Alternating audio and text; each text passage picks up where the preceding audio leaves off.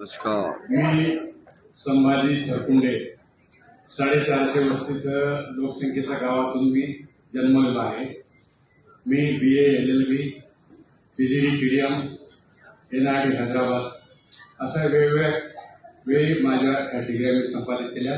परंतु मी मनमोहन सिंग साहेबांसोबत 1979 मध्ये रिझर्व्ह बँकमध्ये प्रथमतः माझ्या 23व्या वर्षी नोकरीला लागलो. माझी वैयक्तिक सेवा म्हणजे प्रशासकीय सेवा झाली माझी. त्यानंतर म्हणजे मी डेप्युटी कलेक्टर झालो, त्यानंतर मी कलेक्टर झालो, त्यानंतर कमिशनर झालो आणि 16 मध्ये सेवानिवृत्त झालो मी IAS ऑफिसर सेक्रेटरीच्या रँकमध्ये. त्यानंतर मला राज्य माहिती आयोगावरती राज्य माहिती आयुक्त म्हणून काम करायला संधी 5 वर्ष मिळाली. ती मिनिस्टरची रँक होती आणि त्यामध्ये मला स्वेरिंग इन करून मला चार्ज घ्यावा लागला होता. असो, मी 43 वर्ष नोकरी केली आणि मी खूप काही म्हणजे समाजाचं मला अवलोकन करायला मिळालं. कारण की मीच एक ट्रायबल कम्युनिटीमधून आन कम्युनिटीमधून मी इतक्या मोठ्या स्तरावरती प्रशासकीय सेवेमध्ये योगदान देऊ शकलो. परंतु यानंतर आता काय करायचं तर 65व्या वर्षी मी शेतीमध्ये घुसलो. मला शेतीची खूप आवड असल्यामुळे शेतीमध्ये घुसलो आणि शेती सुद्धा मला डेव्हलप करावी लागली. वडिलांची शेती आणि एक 9 एकर शेती मला डेव्हलप करावी लागली पूर्ण दगड कोंडे काढून. आणि त्यानंतर मग 2025च्या एप्रिलमध्ये माझा संपर्क आला. आमचे अशोक जाधव, त्यानंतर लोके सर, त्यानंतर मेंढके सर या लोकांशी संपर्क आला आणि माझ्या शेतावरती ते आले आणि ते मला इंट्रोड्यूस करायला लागले की हे प्रॉडक्ट घ्या, ते करा. आणि मी आपला पारंपरिक ऑर्गॅनिकचं मला खूप आवड असल्यामुळे आणि मी ट्रायबल डेव्हलपमेंट कमिशनर स्टेटचा राहिला असल्यामुळे मला ह्या सगळ्या ऍक्टिव्हिटी माहीत होत्या. तर त्यानंतर मी दुर्लक्षित करत गेलो. हे पुन्हा येऊन चिपकायला लागले.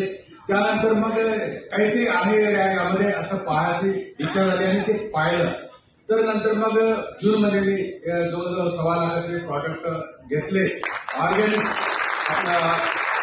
ॲग्रोचे. फक्त ॲग्रोमध्ये मला हेच कल्पना की हे फक्त ॲग्रोवरती काम करतात. त्यानंतर मग हळूहळू नाही त्यांचं पण माहीत व्हायला लागलं. नंतर बाकीचे प्रॉडक्ट माहीत व्हायला लागले. नंतर ते वाचायला लागलो. मी डिजिटलमध्ये माझा अनुभव असल्यामुळे मी सगळं पाहायला लागलो. नंतर मग या लोकांची मैत्री झाली. नंतर मी जेव्हा कमिशनर राहिलो, स्टेट इन्फॉर्मेशन कमिशनर राहिलो, तर हे लोक चपाकून लागायला लागले. नंतर मग मी जवळ घ्यायला लागलो. मग मी ऑनपार त्याच्यासोबत राहायला लागलो. आता मी यांना सर म्हणतो. हा सन्मान जो आहे ना, मी नॅशनल इंटरनॅशनल लेवलला फिरलो गव्हर्नमेंटच्या मार्फत. कॅनडामध्ये गेलो, बाहेर गेलो. परंतु हा सन्मान जो आहे ना, इथे थोडंसं थांबून we the people of India having solemnly resolved to constitute India into sovereign socialist secular democratic republic and to secure to all its citizen justice of social economic and political liberty of thought expression belief and faith and worship equality of opportunity and status and to promote among them all fraternity, assuring dignity of the individual and integrity and unity of the nation. On this 26th day of 1949, we do hereby adopt, enact and give us this constitution. हे भारताचं भारतीय संविधानाचं जे प्रियंबल आहे त्याचं मनदर्शन इथे झालं. विश्लेषण करून सांगणार आहे. हे इंग्रजीमध्ये प्रियंबल मी 12वी पाठ केली. तर ती प्रियंबल मध्ये काय आहे तर बंधुभाव आहे, भ्रातृत्व भाव आहे. आमचे मुस्लिम बांधव विचारल्यानंतर मला अक्षरशः डोळ्यामध्ये असू आला. कारण की या कम्युनिटीला कुठेच सन्मान मिळत नाही. हा सन्मान इथे मिळतो. इथे कोण काम करणार आहे. मी कॉर्पोरेट क्षेत्र पाहिलं आहे. मी बिर्ला यांच्यासोबत बसलाय, टाटाचे लोकांच्या सिनियर मध्ये बसलाय. 30चे लोक मला मी पाहिलेले आहेत. टाटा इन्स्टिट्यूट मी पाहिले आहे. तर इथे कोण आहे. इथे माझ्याकडे सारखं आदिवासी आहे. इथे निमुळे सरासारखे कालच माझ्याकडे येऊन गेले. दगड फोडणारे वडार आहेत, इथे भगवान वेचणारे मुसलमान आहेत. हे सगळे आम्ही बंधू आहोत. हे आम्ही सगळे भ्रातृत्व भावने इथे काम करतो. आणि सन्मान, इथे सन्मान काय मिळतोय? टिकली आपली इंडिव्हिज्युअल म्हणजे वैयक्तिक सन्मान इथे मिळतो लोकांना, हा कुठेच मिळत नाही. हा गव्हर्नमेंटने चांगलं काम करणार असेल तर त्याला त्याच्यावरती विभागाचा पैसे लागले जाते.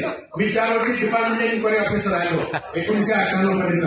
तर मी चांगल्या लोकांचा मी त्याची मुक्तता केली.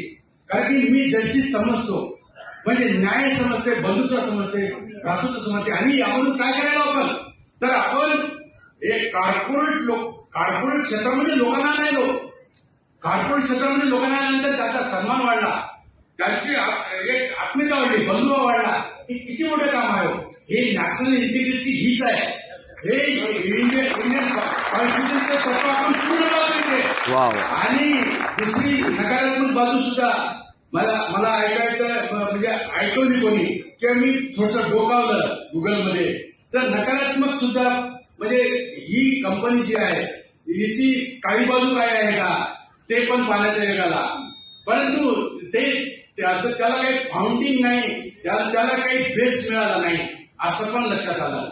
तेव्हा अनेक आपल्याकडे म्हणजे 1992 पासून आपल्याकडे कांड घडले. कोणते कांड? शरद मेहता कांड आणि अनेक बंगाली कंपन्या, त्याचं पण पाहिलं तर अनेक फ्रॉड झालेले आहेत. फ्रॉडुलंट कंपन्या भोवताल आहेत. ते सगळे बदनाम फरीच होऊन गेले आहेत. अगदी माल्याची किंगफिशर बदनाम होऊन गेले आहेत. आणि आता काय आहे, आणि पॉलिटिकल मध्ये 17 हजार कोटीचे घोटाळे. ही कंपनी 1,000 कोटीचा बिझनेस करते वर्षामध्ये. 17 हजार कोटीचे घोटाळे एका 1-2 वर्षामध्ये करणारे अनेक आपण फ्रॉड पाहिले. पॉलिटिकल फ्रॉड किती वाईट वातावरण आहे होतात. परंतु आपण सगळे एकदम शुद्ध भावनेनं आणि चांगल्या वृत्तीनं इथे आपण बिझनेस करतो, सन्मान घेतो, पैसा कमावतो, मुलं बाळा आपण शिक्षणाला लावतो. आणि भंगार वेचणारे माणसं किंवा दगड फोडणारे माणसं इतके मोठे 15 लाखाच्या बिझनेसला एका महिन्याचा त्यांचा प्रॉफिट होतो. किती मोठं सन्मानाची गोष्ट आहे, आदराची गोष्ट आहे. मला वाटतं खूप मोठं मी सांगतो. धन्यवाद.